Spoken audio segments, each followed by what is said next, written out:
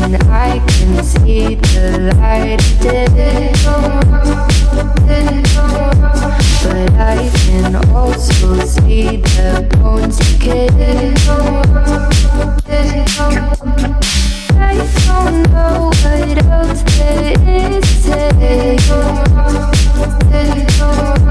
I'm doing my best not to run away.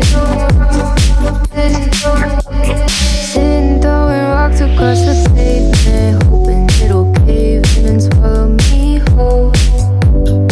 Wondering how the world keeps on spinning, kinda scared of living when it unfolds. Hard to see the light when everything is dying, waiting for the clear. Thankful I'm alive, but terrified of dying. But hey, I'm still here. Is it bad? Sometimes I like it when I lose control. There's something in it that's so beautiful. Listen, I can see the light today,